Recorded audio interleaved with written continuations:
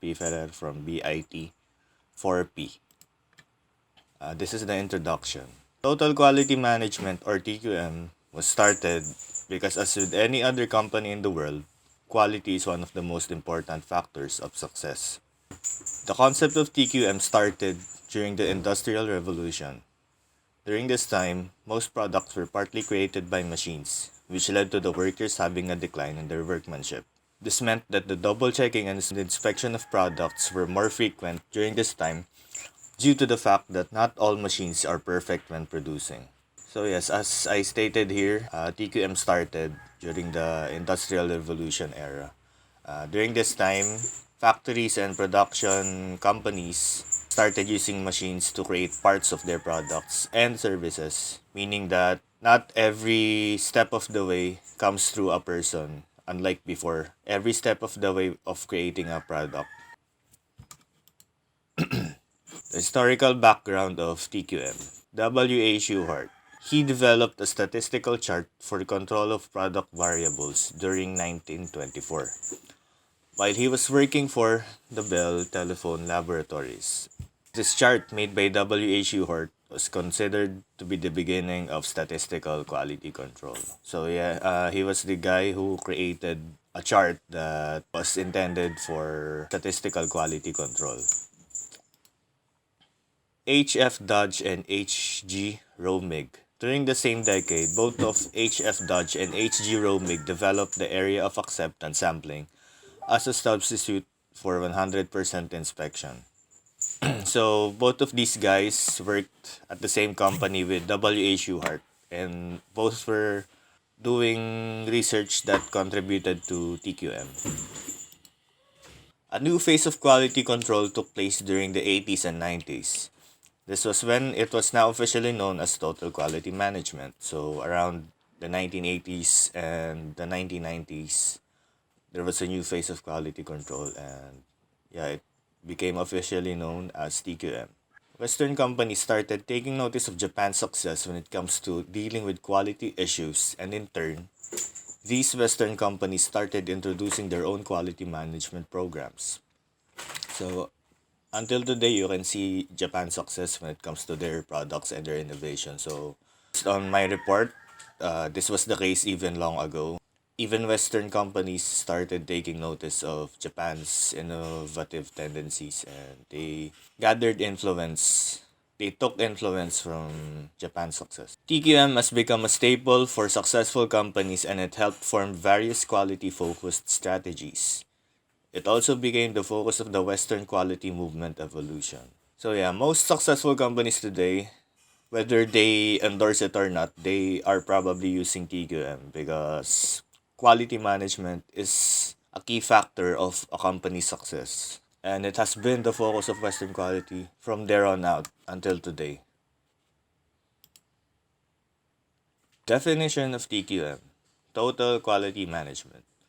Judging by the three words that are used in TQM, them being total, quality, and management, we can conclude that this type of management is meant for the overall management of a system's level of quality. TQM covers the rules, regulations, guidelines, and principles that contribute to the improvement of an organization. It creates a disciplined environment due to the nature of it, teaching an organization how to consistently maintain a standard that upholds the highest form of quality that is needed. As with any other management, it basically teaches you discipline because if you have management, you learn to manage stuff, and discipline comes along with it.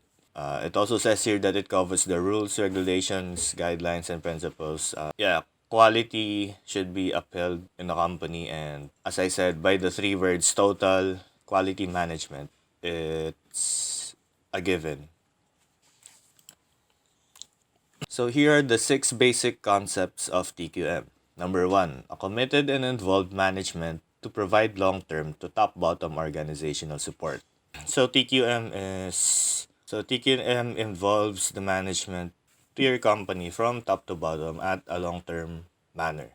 Number 2, an unwavering focus on the customer both internally and externally. So the whole purpose of TQM is to uphold your company's quality and to give your customer their satisfaction. Number 3, effective involvement and utilization of the entire workforce. So the workforce should be utilized in order to create the highest standard of quality for your company. Number 4, continuous improvement of the business and production process. With TQM, the improvement should be consistent of the business in order for the quality to continue.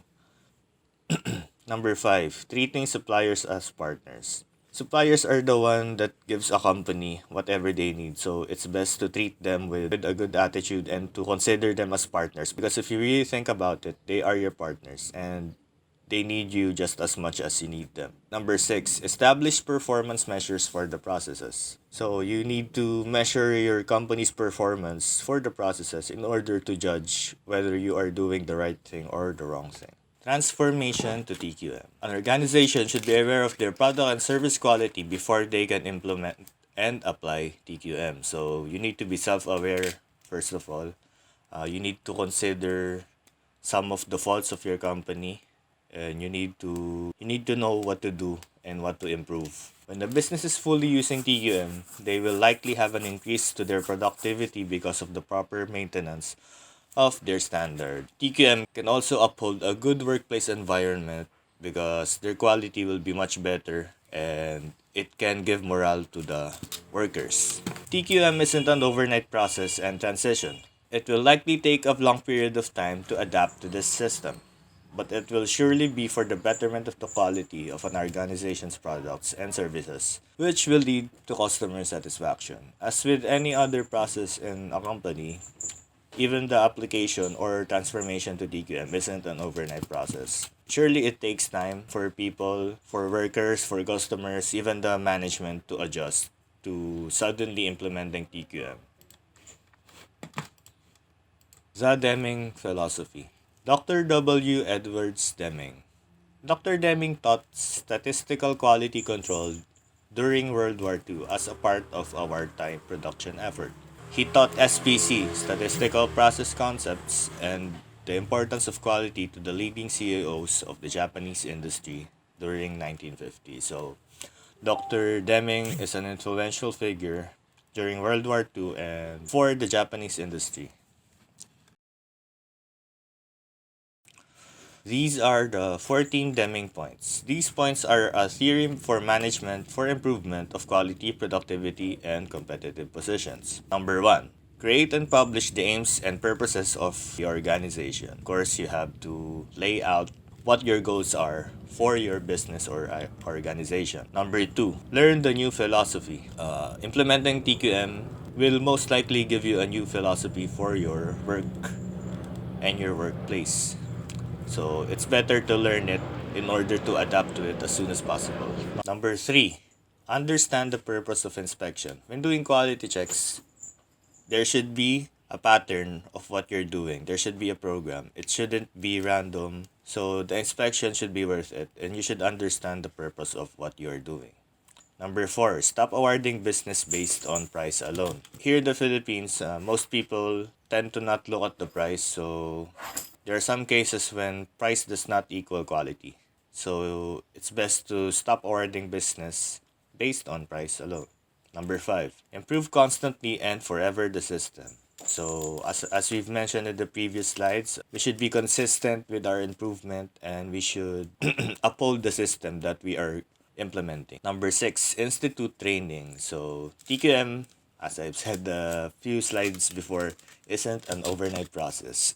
So training is a very big part of the implementation and transformation to TQM. Number 7, teach and institute leadership. Employees should be given the chance to become leaders and they should be given the proper training. They should be taught about proper leadership. Number 8, drive out fear, create trust, and create a climate for innovation. Inside the company, trust is very important. Even if you are a very big and successful company, ruling through fear has its benefits, but in the long run, it will probably lead to your downfall. So it's best to drive out fear, create trust, and create a climate for a good workplace and innovation. Number 9, optimize the efforts of teams, groups, and staff areas. So you should take note of the efforts of your teams and your groups of employees because it can boost their morale. Number 10, eliminate exhortations for the workforce. Forcing people when doing their job isn't always the best thing to do. It works in some ways, but it can lower the morale of your workforce, so it's not advisable. Number 11, eliminate numerical quotas for workforce and management by objectives. So, numerical quotas are required by some companies, especially factories and production companies. I think when TQM is implemented, it's best to focus on the quality rather than forcing employees to apply the numerical quotas. Number 12, remove barriers that rob people of pride and workmanship. So if there are any barriers in your workplace, you should remove it. Number 13, institute a vigorous program of education and self-improvement for everyone. I think this falls under training, but to be specific, there should be a program for education and self-improvement. Number 14, put everybody in the company to work accomplishing the transformation.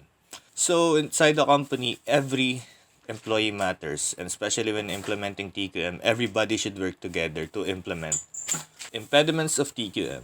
As with any management or system, there are bound to be barriers or problems that we can encounter. Here are some of it. Employees getting used to their current workflow and system may not always be in favor of changes. There are small organizations that are not in need of TQM unless they lose market share. So when you get used to something, I guess it's really hard to adjust or to adapt a new system, especially when you're very good with what you're doing and with your current system. So, based on my report, not all companies are in need of TQM, especially the small ones that are not in need of it, that the small companies that are doing great without it, unless they lose market share, which calls for the implementation of TQM. The solution to this type of problem is to put employees into proper TQM training in order to condition their minds and bodies for the new system that TQM will bring to the table. So the best solution for this impediment being the employees and the workforce not wanting or having a hard time to adjust to the new system, the best solution is to train them, give them the proper training that they will need for TQM to work out. And here are my references. Thank you, sir, for giving the time, and I hope that my report was up to your standard.